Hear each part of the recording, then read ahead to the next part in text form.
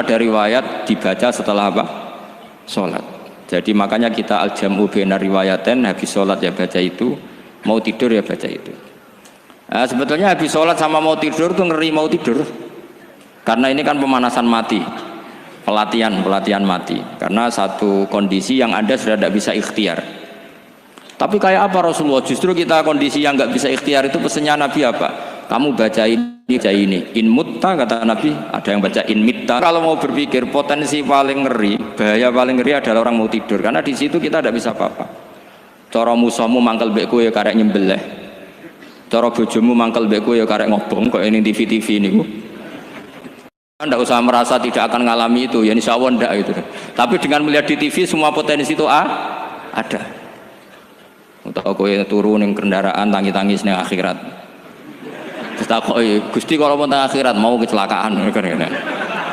Nah, justru mau tidur itu Nabi itu unik, kelihatan bahwa ada nubuah, ada kenabian yang luar biasa. Kalau mau tidur itu ada nubuah, ada kenabian yang luar biasa. Kalau mau tidur itu ada wiridannya. Saya termasuk orang yang fanatik baca wiridan sebelum tidur. Jadi jangan kira kalau Selasa sholat jarang wiridan, tidak punya wiridan di tempat lain, itu sangat suudzon yang menyakiti. Saya punya cara sendiri untuk ingat Allah, itu terutama mau tidur. Sampai istri saya itu protes, Gus nak bersolat tahu mau nyekel tasbih abdi tidur. Saya itu punya tasbih lupa jumlahnya semuanya di kamar tidur. Ini sekaligus ijazah entah pamer kebaikan tidak tahu saya, pokoknya sudahlah husnudzon saja. Suudzonu iblis. Karena mau tidur saya pikir kalau tahu-tahu saya bangun terus ketemu mungkar nakir terus kayak apa. Sehingga Rasulullah itu ngajari kita luar biasa. Bismika wadu'tu jambi wa bismika arfa'u. Kalau mau tidur doa populernya apa? Bismika Allahumma ahya bismika amut. Hafalnya gitu dok. Saya hafal banyak. Allahumma rabbas samawati sab'i wa rabbal arsyil azim rabbuna wa rabbu kulli syai' falikul habbi wan nawa. Allahumma antal awalu falaysa qablaka syai' wa antal akhiru falaysa ba'daka syai' wa antal dhahiru falaysa fawqaka syai' wa antal batinu falaysa dunaka. So, itu tak baca sampai tidur. Saking kadang takutnya sama Allah, akhirnya nggak bisa tidur. Kadang sampai 3:30 apa terus tidur baru setengah jam terus subuh. Jadi kalau melihat tren itu kayaknya saya bakat wali gitu. Kalau trennya seperti itu terus. Tapi sayangnya tren seperti itu jarang warset makanya terus tidak jadi wali-wali gitu. Tapi saya ingatkan ke jenengan, sanad-sanad seperti ini tuh yang mungkin Anda lupa. Anda hanya ingat sanad misalnya ya Mu'ad inni uhibbuka faqul dubura kulli sholatin atau fala tad'anna dubura kulli sholatin Allahumma inni ala dzikrika wa syukrika. Kamu lupa bahwa saat paling krusial dalam hidup Anda itu tidur, sehingga disebut wa min ayatihi manamukum billaili wan. Itu dari segi krusial, gawat darurat, setiap saat Anda bisa mati. Belum urgensinya tidur untuk melawan maksiat. Itu kalau kamu hidup di kota Demak atau kota Semarang, bener kepikiran niklap atau wong ayu-ayu seneng terminal ning gone dalan-dalan itu satu-satunya cara itu hanya tidur. Kowe nak melek tetap jelalatan tak jamin. Masuk ning arep masjid Demak nggo tasbih gede-gede. Pangeran mbek delok wong liwat tuh eling. Barokahnya usul fikih adalah kita belajar dulu. Saya pernah musyawarah sama Gus Yofur tentang usul fikih. Usul fikih itu ada makalah mubah itu tidak ada. Sebagian ulama berpendapat mubah itu tidak ada. Karena setiap mubah saat itu Anda pasti meninggalkan keharaman. Itsma min mubahin illa wa yatahaqqaqu bihi tarku haramim. Tidak ada kemubahan kecuali saat itu kamu meninggalkan keharaman. Anda tidur, berarti Anda taroktal maksiyah. Anda tidur berarti Anda meninggalkan maksiat. Enggak nyolong, enggak dugem, enggak zina, enggak maling, enggak ngerasani orang. Jadi tidur itu anggap saja ya Rob, ya Allah saya mau tidur. Tidur itu ibaratun antarkil ma'asi. Jadi malaikat roket pate kandani iki ras sekedar turu ya kowe kudu ngerti iki ape ninggal maksiat. Hitung mulai saiki bismika Allahumma ahya bismika amun. Ayo roket pate hitung, anggap ini kiat meninggalkan maksiat. Terus turu 6 jam berarti tidak maksiat 6 jam. Meskipun akhirnya maksiat karena bangun jam 7. Artinya maksiat ra subuh gitu. Tapi betapa krusialnya ulama. Ulama lah yang mengajarkan kita tidur itu rohatan lil abdan, untuk istirahat. Kita pulih lagi, bisa kerja lagi. Pak Butuhati bisa ngantor lagi, Pak Kapolsek, Kapolres bisa ngantor lagi. Semuanya aktivitas tentara bisa ngantor lagi. Memulihkan kekuatan itu ibadah. Meninggalkan maksiat karena tidur juga ibadah. ibadah. Tidur saja ibadah. Ini barokatnya umatnya Rasulullah Shallallahu Alaihi Wasallam. Senyaman itu. Coba kalau kamu jadi umatnya Nabi lain, wah itu beratnya bukan main. Dan itu sesuatu yang dimintakan Allah, dimintakan Rasulullah kepada Allah, yaitu Rabbana wa la tuhammilna ma la taqata lana bih. Termasuk la tahmil alaina isron kama hamaltahu 'alal ladzina min qablina. Jangan bebankan ke umat kami sesuatu yang seperti engkau bebankan pada umat dulu. Umat dulu itu kalau mau tobat, kayak umatnya Nabi Musa pernah nyembah anak sapi, itu yang pernah nyembah tobatnya dibunuh. Liyaqtulal bari'u minkum al mujrima, yang terbebas dari menyembah anak sapi disuruh bunuh yang pernah menyembah anak sapi. Fatubu ila bari'ikum faqtulu anfusakum. Mau beratnya kayak apa? Kalau orang sekarang tobat cukup sowan Pak Rosid, salami template 100.000, dipandu caranya tobat, diwari istighfar. Nomor itu penting, nomor loro seneng kiai, seneng aku maksudnya, maksud kalimatnya jelas. Itu sudah, pokoknya yang jelas gak usah dibunuh, gak usah apa, gak usah apa, dibunuh. Sehingga tidurnya umatnya Rasulullah itu luar biasa, terutama tidurnya orang puasa, tidurnya tasbih, tidurnya ulama juga tasbih. Karena dengan tidur itu kita tahu alamat kematian, di mana kita masih di dunia saja punya kondisi di mana kita tidak bisa menentukan diri kita sendiri, dan itu awal dari kita mengimani la haula wala quwata illa billah. Segagai koyok ngono ternyata ada kondisi di mana kita tidak bisa mengendalikan diri kita sendiri. Makanya disebut wa min ayatihi manamukum billaili wan nahar.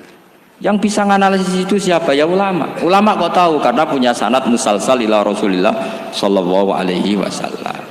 Sehingga uniknya kenapa tidur itu sakral? Coba semua nabi di antara wahyunya itu lewat apa? Semua nabi di antara wahyunya lewat apa? Tidur, lewat mimpi. Inni ara fil manami anni atfahuka fangzur madza tara.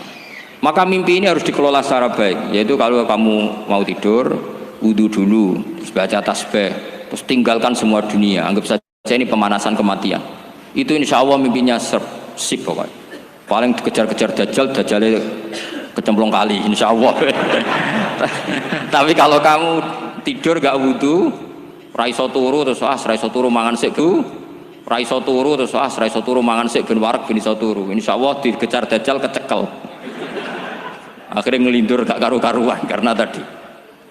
Nah, sanad seperti itu yang punya siapa? Hanya ulama. Ada lagi satu contoh, ini sudah hampir 20 menit Pak Ustaz. Itu saya pernah ngaji Durarul Kalami Syafi'i, mutiara-mutiara ngendikan Imam Syafi'i. Itu ulama itu mesti ngendikan tuh unik. Tadi saya sudah cocokkan sama Bupati, tak tanya, Pak Bupati saya ini punya ilmu dari Bapak, mungkin pas untuk jenengan pakai. Kata Bapak, urip iku padha wae, ngadepi kanca mbek musuh padha wae, malah kadang ribet kanca. Dulu saya itu iskal itu janggal. Tapi setelah ngaji Durarul Kalami Syafi'i yang ada di Muqaddimah kitab Majmu', Muqaddimah Syarhul Mu'adzab Imam Nawawi, itu Imam Syafi'i nak ngendikan gini. Man ahsana ilaika faqad qayyadaka. Wong apiki kowe nyancang kowe. Kaya Pak Rosid itu apian mbak aku. Ngerti sarang sowan mampir, gayane apian, jebule nyancang. Awas nak ra teko ning Demak. Itu faqad qayyadaka, nyancang kowe. Tapi waman asaa ilaika faqad atlaqaka. Wong sing eleki kowe iku penak bebasno kowe. Kowe tau diutangi wong kancamu ta musuhmu? Sing biasa utang kowe lho. Kanca. Kowe numpak mobil ketemu musuh enak ra usah nawani, nek ketemu kanca monggo bareng. Sing ngel-ngelo kowe kanca atau musuh? Artinya gini, kanca ya barokah nggo perjuangan, musuh ya barokah mergo ora tau utang. Jadi segampang itu ulama melihat kehidupan tuh. Man ahsana ilaika faqad qayyadaka wa man asaa ilaika faqad atlaqaka. Jadi akhirnya kita hidup tuh berkah terus. Di konco ya enak kados kula di konco Gus Zofur nak kula mboten saged fikih musyawarah, ora iso tasawuf musyawarah. Di konco Pak Rosid, konco rai sederhana. Pokoknya duit. Tadi kurang contoh. Kalau rai Arab kan enggak sederhana, Pak. Wajahnya mewah terus. Ekonominya juga sederhana. Saya sama Rosid sama-sama gak kaya. Jadi ada nyontohkan kan Gus Zofur sama Gus Baknya ngebis. Memang saya sering sama Gus Zofur ngebis sampai sekarang masih sering. Bukan karena miskin yang jelas itu pilihan itu. Jadi ulama itu segampang itu melihat kehidupan. Saya termasuk kiai muda yang nggak takut mati, bukan karena yakin di surga gitu, karena saya sering baca berdoa. Allahumma ya Allah, kata Rasulullah, kamu harus berdoa, ya Allah, ij'alil hayata ziyadatan li fi kulli khairin wal mauta rohatan li min kulli syarrin. Mungkin sekarang kita ada zina, mungkin sekarang kita ada korupsi, mungkin sekarang kita ada maling, tapi potensi itu tetap ada. Yang bisa ngakhiri itu apa? Kematian.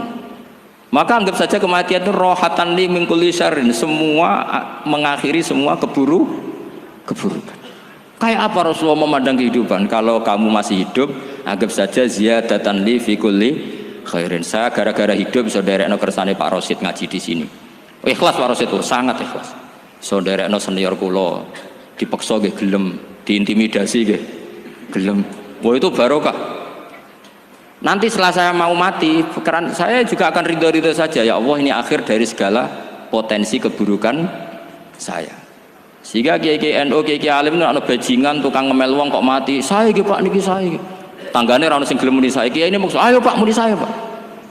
Mboten saya ini tempuh. Lah nggih saya pun mati, mun mboten saged nakal niku.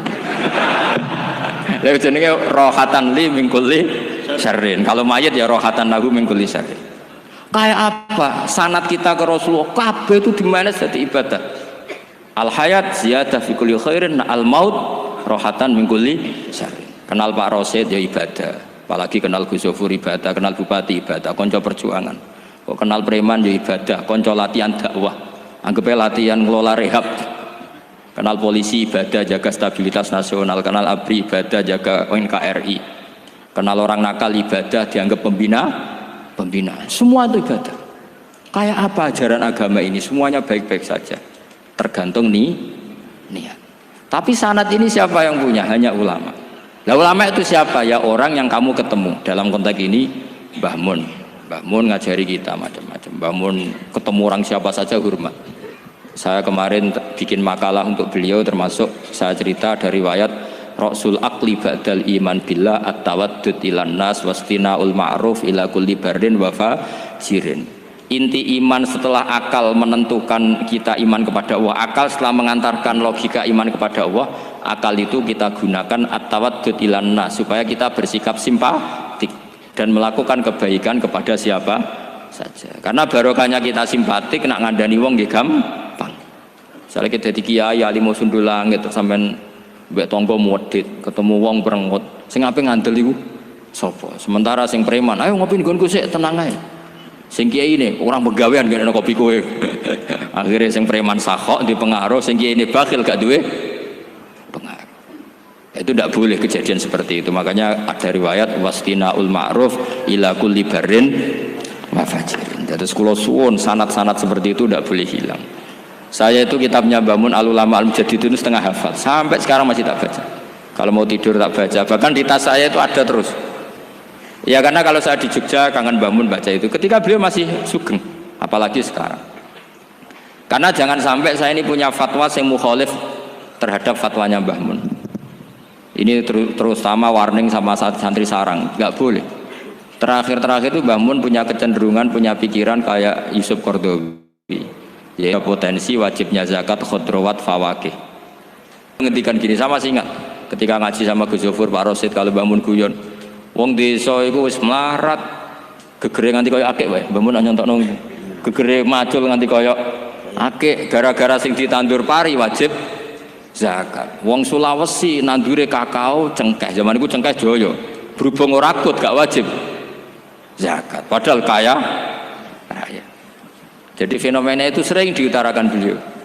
Lama-lama beliau ngarang di Al-Ulama Al-Mujaddidun, beliau mengutip pendapat Ibnu Katsir, tentu di era modern kayak Yusuf Qaradawi. Sebenarnya Yusuf Qaradawi sendiri bukan mujtahid, dia yang muqallid juga. Kata Ibnu Katsir, wa mimma akhrajna lakum minal ard, yang harus dizakati adalah ma itu umum, apa saja yang keluar dari bumi. Maka kecenderungan Mbah Mun akhir-akhir itu mbok yao fawakih khodrowat itu dizakati. Tapi beliau tentu tidak ilzam ya, karena beliau sangat syafi'i. Tapi ini kan saran yang baik lah menurut saya. Apa susah sih dadi wong lomo gitu loh. Wong dadi wong medhit kok mbok bila-bila. Lah nek kowe takok takbirin ndi Gus, nak khodrowat fawakih, melon, kakao, tebu wajib zakat. Takbire iku lomo iku apik, medhit iku elek. Ngoten-ngoten mawon iki. Mumpun ngoten mawon. Assalamualaikum warahmatullahi wabarakatuh.